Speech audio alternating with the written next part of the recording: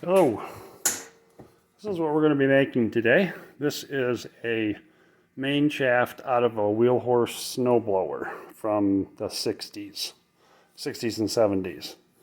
So there's a keyway and a hole on this end, and there's a keyway on that end.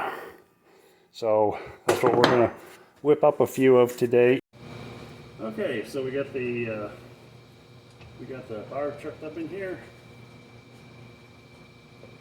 And we're going to smooth this end off.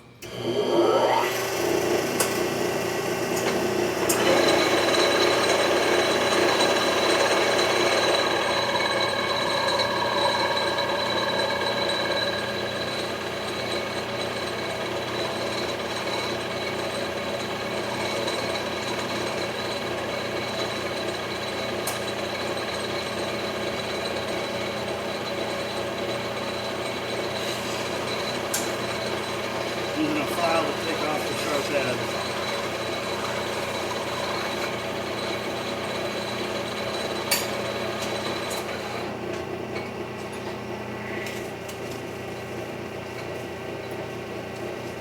So now we turn around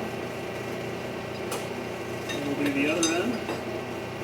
And not only do we have to make this one smooth, we also have to make sure it's the correct length. I have a mark on the shaft, and I'm just going to mark it with my tool so I know how far to go. The very small amount we took off the other end doesn't really matter when I'm with this mark that was already on there, because I took off probably 5 or 10 thousandths of material. In the scheme of things, it doesn't matter.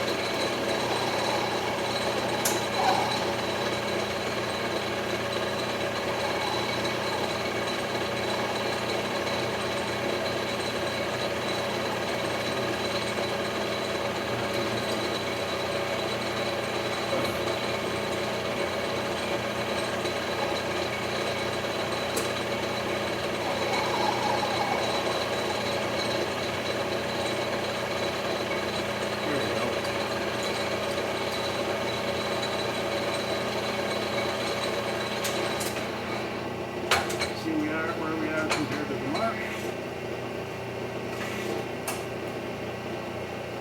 We're right on it.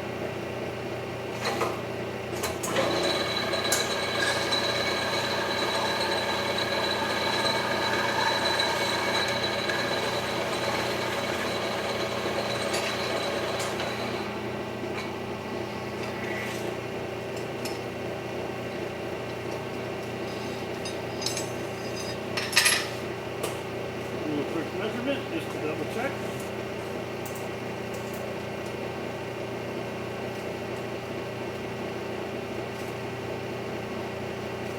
We're actually about a 1/16 long.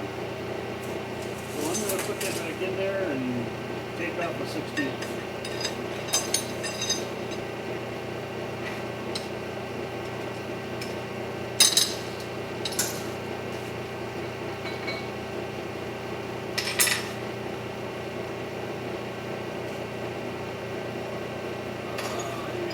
I need a wrench.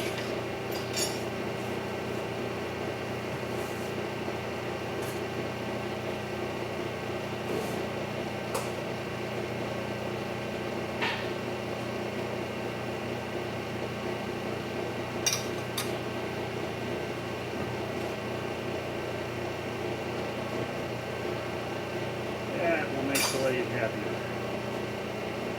Just say that will make the tool bit happier.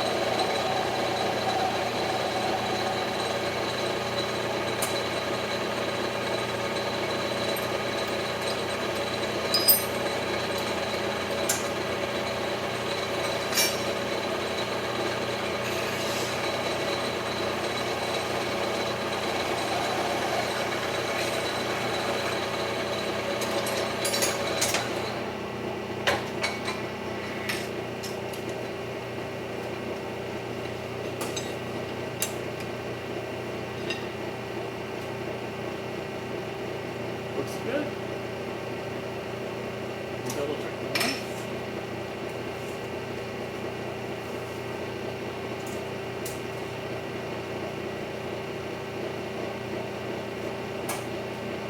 We're within a 64th.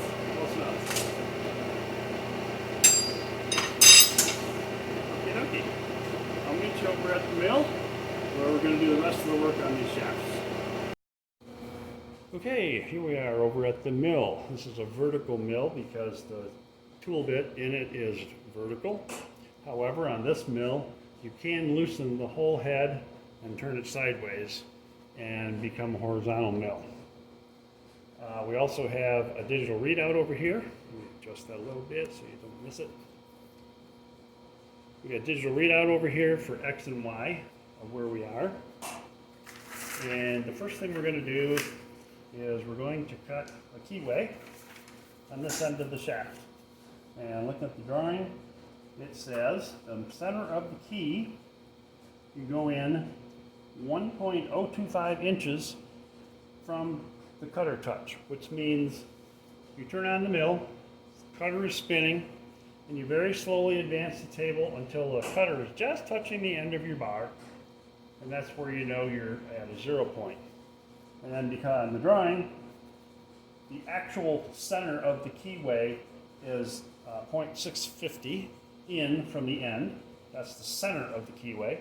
We're working from not the center of the cutter, we're working from the edge of the cutter. Cutter is 3/4 inches in diameter.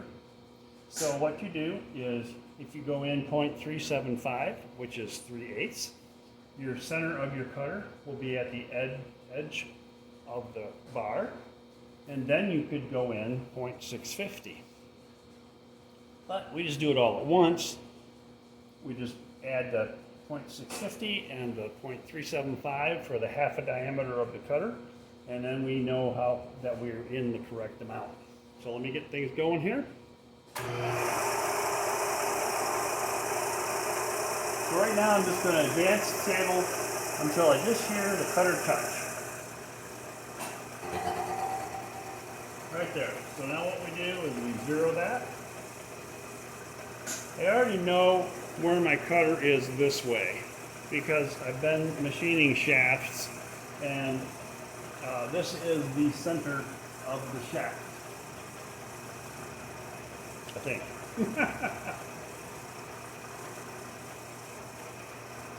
Maybe not. So, doesn't matter. For this particular keyway, there's only one keyway down here. So we move the table this way. And now we go in until the display reads 1.025.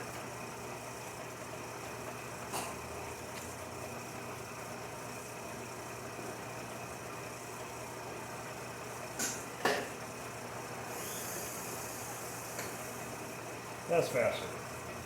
I have power feed on the x-axis. So 1.025.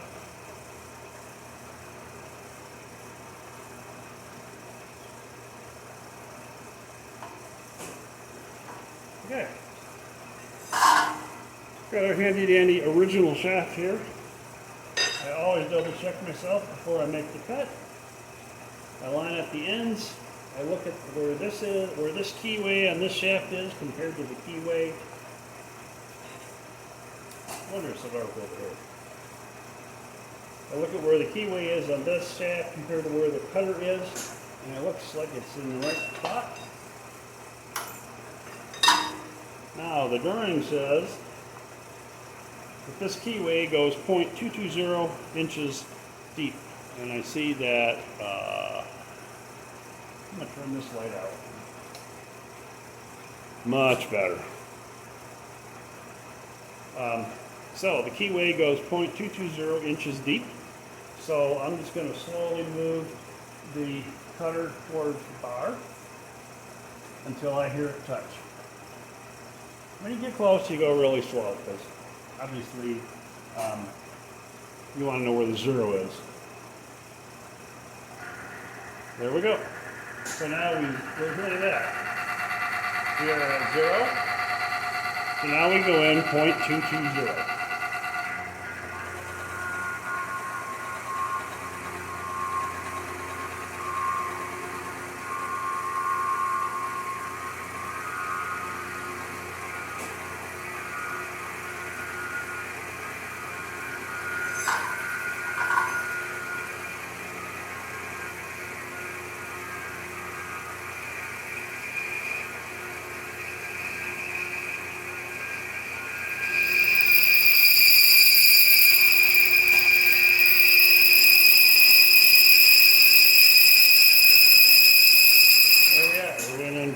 H2O. Now we're going to back it out, and I'm going to raise the table by 2/1000 of an inch.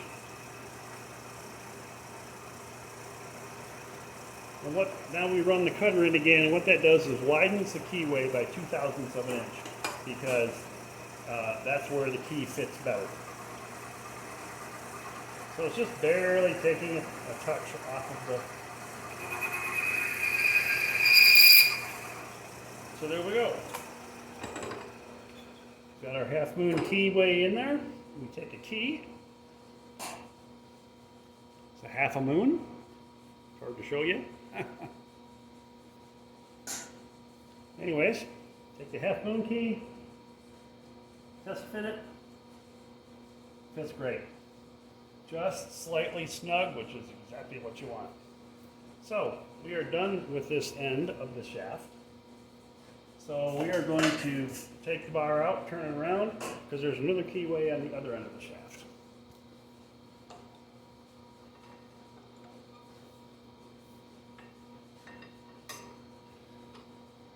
In my vise, I have a parallel bar that is supporting the shaft so that the shaft is straight across. And then once I get it there, I just push down, make sure it's tight down on that parallel bar, and I tighten the vise on it. Okay, so now we're at the other end of the shaft. Now we got to find our 0 point again.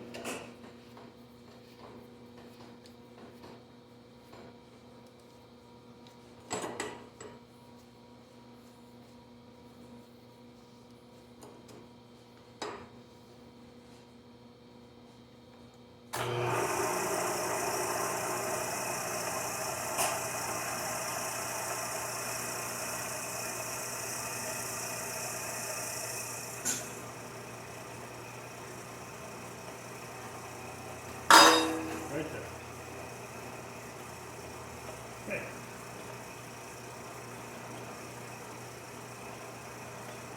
Now this keyway is farther in. This one, we're in my drawing, from where we are now, from cutter touch, we go in 2.335 inches, and that will take us to the right spot to make the new key bend.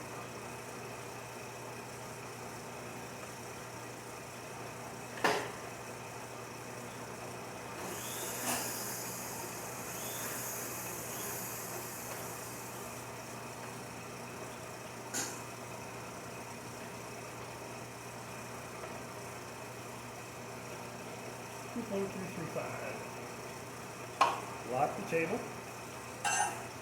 Take our old shaft. If you're a good machinist, you don't need to do this, but I machine infrequently, and when it comes to measuring, I'm not always the best, so I like to just double check. So, same thing on this one. Keyway goes straight in. Whoop, we got a problem. I got to turn the shaft so the keyways appear to be on the same side of the shaft.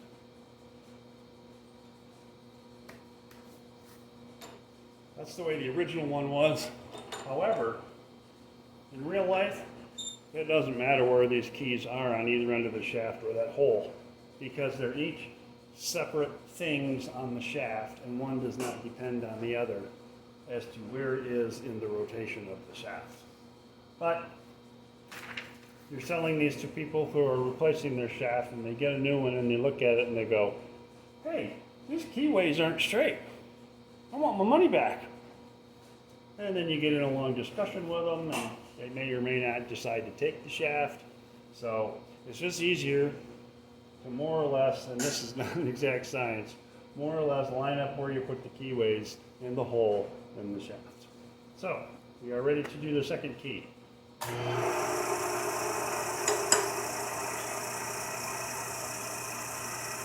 So we find the touch.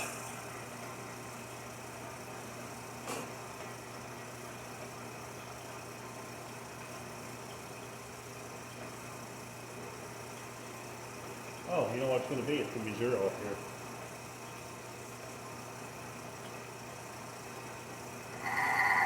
Right there. Now we go in 0.220.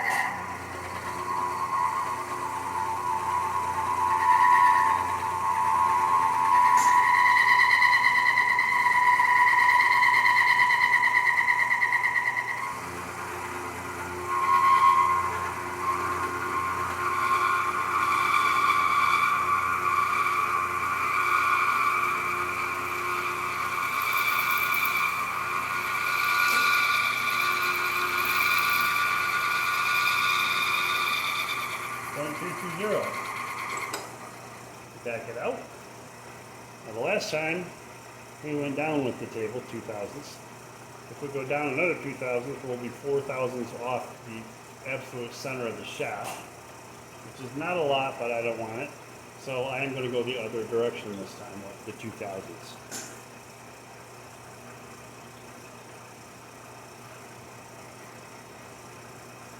And run the cutter in again. As it takes off its 2/1000ths of an inch. There we go.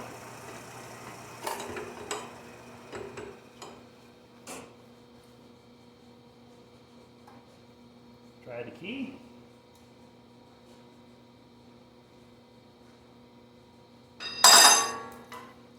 Fits just a bit snug. I'm going to take another 1/1000ths off.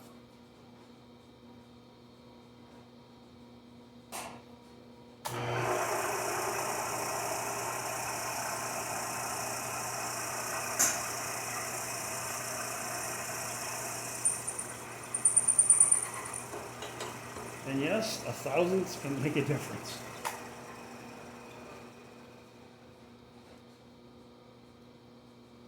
Much better. Just snug. Made the difference between it's kind of really snug and it's okay. So now we need to put a hole in the end of the shaft.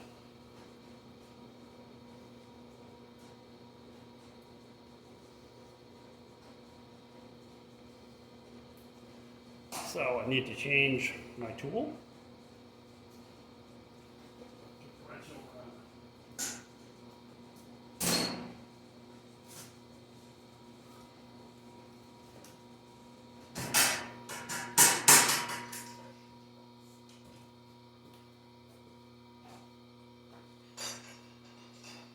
A little wooden fire while I'm at it.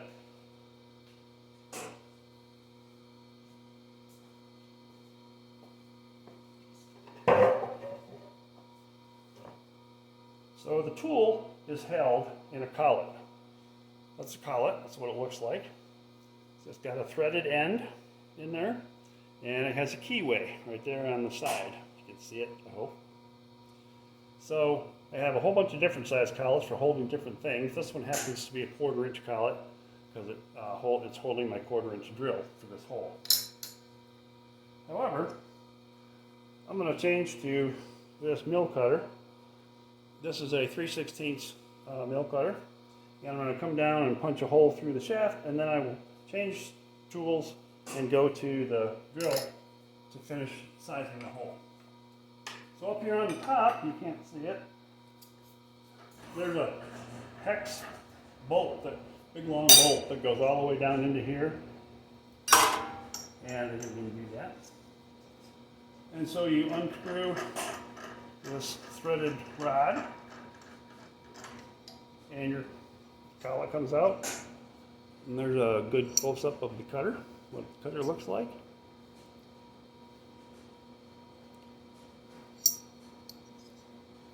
So I'll put that aside, and I'm going to put in my 3/16 mill cutter.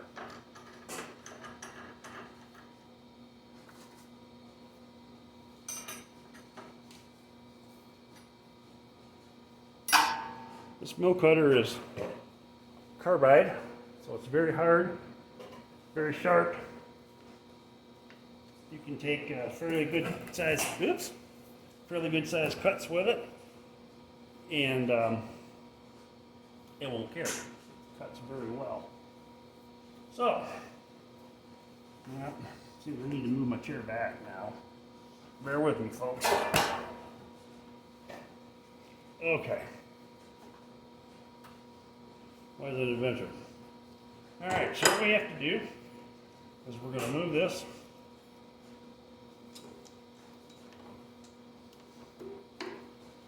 We're going to turn our shaft first so that the keyways are up.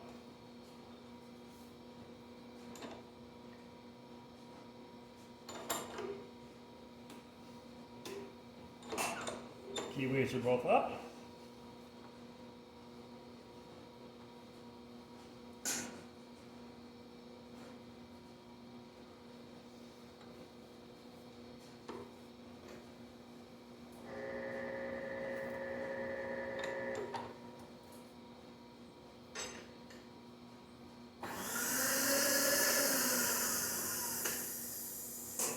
Okay.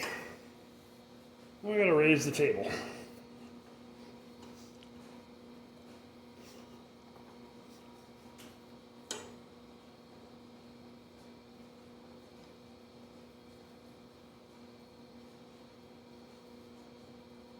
That's close enough. Now what I need to do is I need to touch the end of the shaft with the mill cutter so that I know where it's at. Now my mill, it can act as a drill press. You can put the spindle down with a lever over here. So we're going to use this cutter as a drill, and this cutter is made to cut on the bottom of the cutter, so you can use it to go straight down through a piece of metal.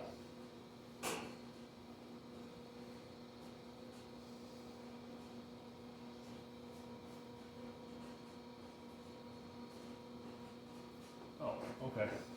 Yeah. So put the cutter down a bit and touch the end and zero it.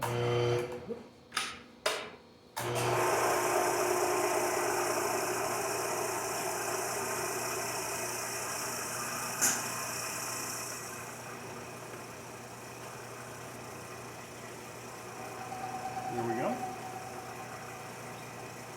Zero it that way. We're gonna move the work over here.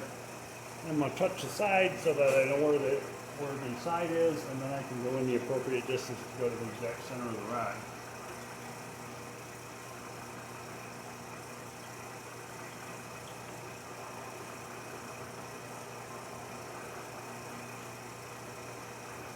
Here we go.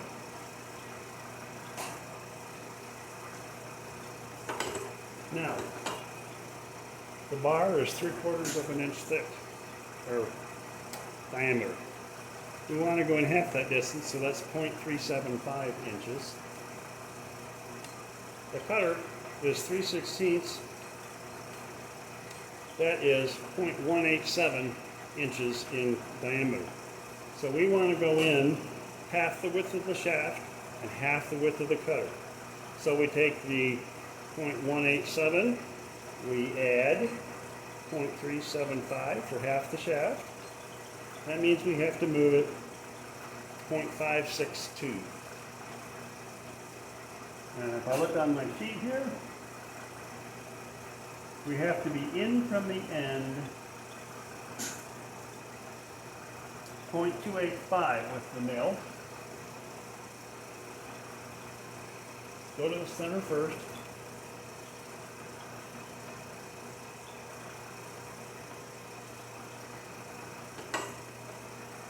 Okay, so we have to go in 0.562.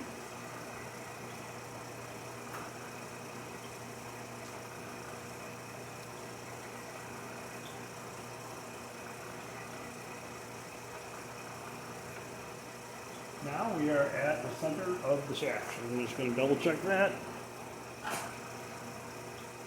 And something is awry there because it's not right. What'd I do? I think I know what I did.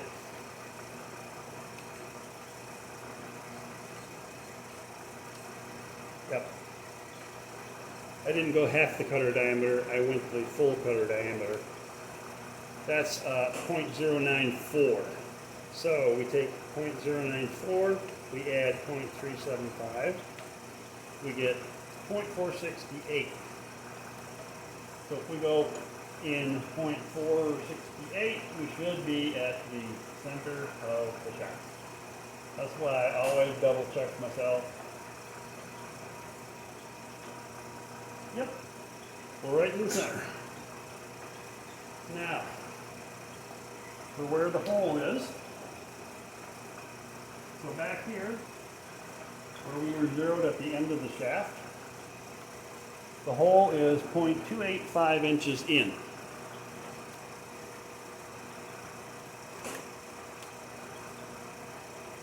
.285.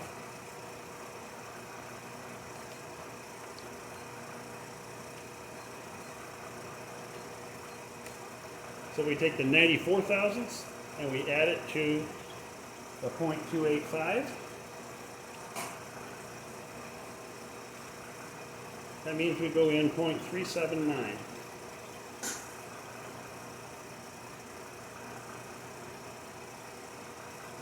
So we go in 0.379.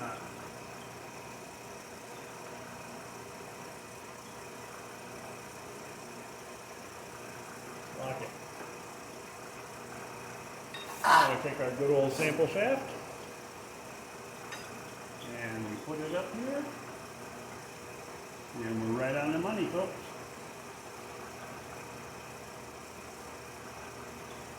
Yep. Right on the money. Better you run a little faster.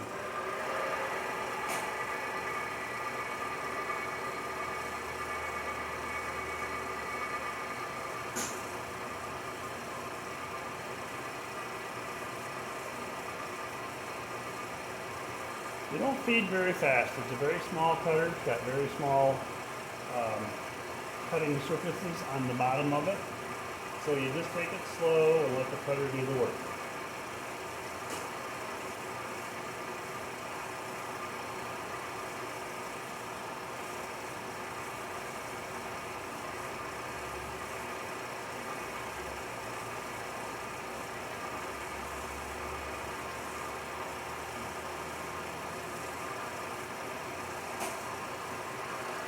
Now we have to pull it out to clean the chips, and then we just do that a couple times, and we should pop through the other side here very shortly. There we go. There. Okay. Now I'm going to zero both of these. That's where our hole is now. Our hole is at 0.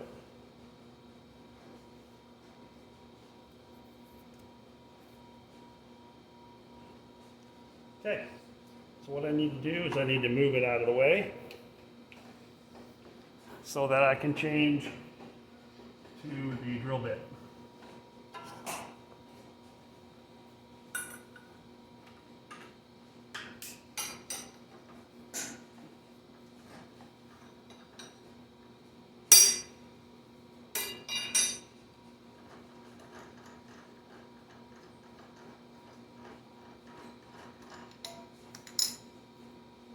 Now we change pellets to the 1/4 inch that's holding the drill bit.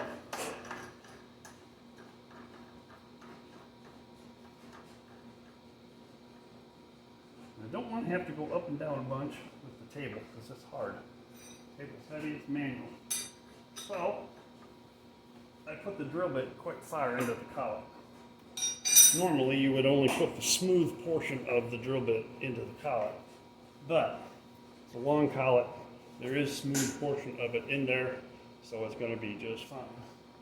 Now we move back to 0.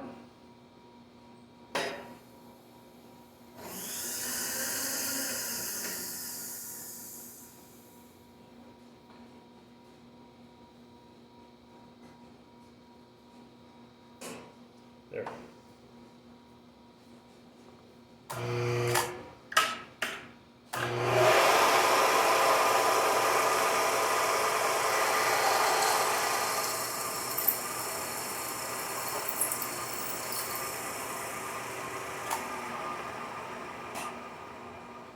And there you be.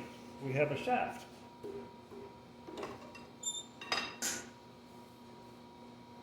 We have a shaft with a hole and a key slot on one end. On the other end, just a key slot. How do you get it in the right place there? Well, we got this key slot. So now all I'm going to do is take a file and clean off the burrs from all this cutting. And this shaft will be done. We'll tape the ends and then put it in the paint booth. And then some happy snowblower guy that can't find a shaft for his snowblower because Toro Wheel Horse doesn't make them anymore will be very happy to find this on eBay. I just sold one yesterday. So over the 3 years that I've been selling these, I probably sold, a dozen shafts.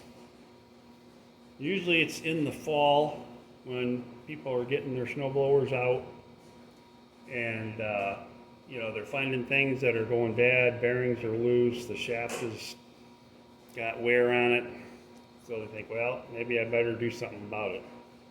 And then throughout the winter, it'd be like me, because this is where this shaft came from, that I use as my sample shaft. That came out of my snowblower, because my snowblower at the last snow of the season 3 years ago, one of the bearings on this shaft, which are quite unique bearings, blew up and spit balls everywhere. And I was just able to finish the last cut in my driveway with it like that. So I took it in my shop, took it all apart, took the shaft out, said, heck, I can make one of those, I got the tools. So I made one, and I thought, I wonder if other people want these. So, put an ad on eBay, a perpetual ad, and I've done pretty well. And I do make another shaft. It's for a newer set of snow blowers. That one still is available from the OEM. You want to know how much they want for this piece of steel with the cutter, with the machining on it? $275 plus, depending on where you buy it. My shaft, $60. Fair price. Hope you enjoyed this video. We'll come back again sometime when we're doing something else different. And I'll show you how we do that. For right now, have a good day. Be sure and click on the subscribe and click the little up thumb if you enjoyed this video, want to see more. I'd appreciate it very much. I do not do this for profit on YouTube. I do this for fun. That's why you don't see a whole lot of videos, because I just do it for things that I think people will like to see. So hope you have a good day. See you next time.